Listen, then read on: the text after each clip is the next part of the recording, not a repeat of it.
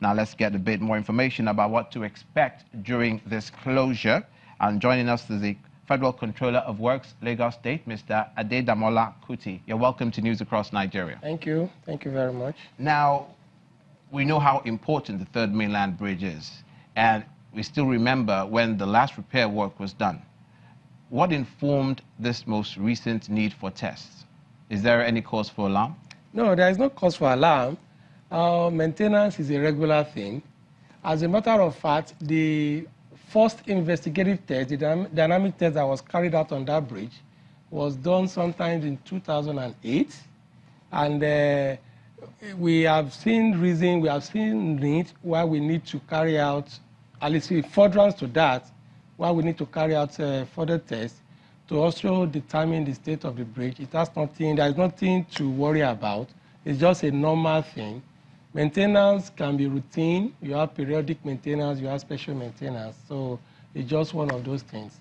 And what we are just doing is just to carry out investigative tests as a follow-up to the one that was done in 2008. It looks very commendable and proactive of the Lagos State government to do this. We see what happened in Italy, in Genoa, the bridge that caused the death of at least 44 people in Italy, the bridge. And that shows how important such infrastructure is. If it fails, it usually may lead to loss of life. Now, in this case, what's the alternative route that you have mapped out for people to get to and from the mainland to the island? Actually, this is a federal government project. It's by the Federal Executive Council awarded this contract for the emergency repairs of the Third Mainland Bridge. And we've been working with the state government as part of the stakeholders, the major stakeholders in this respect. And as far as the alternative routes, we have them lined up.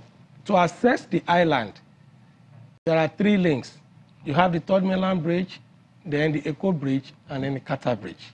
So for motorists coming from Ikorodu, Ojota, your axis here, they go through Ikorodu Road, from there to Costain, and then from there they'll be able to access Eco Bridge down to the island, on Akpogbo and descend down to the island.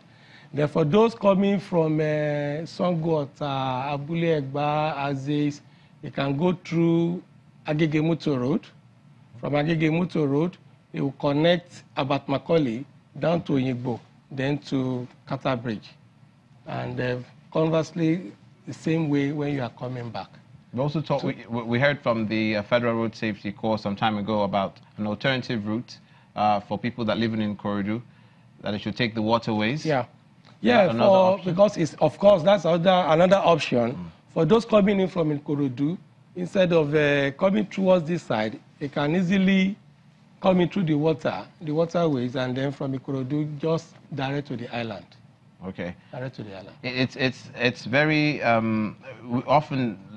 we've been criticized, the country, of having a poor maintenance culture. And now that this is being done without any emergency before it happens, what is your view of how the federal government is reacting to infrastructure deficits and maintenance? Yeah, thank you very much on this. I want to actually commend the efforts of the Honorable Minister for Works, Babatunde Raji Fashola. You know, since he came on board, he has actually taken this issue very, very seriously, the issue of maintenance.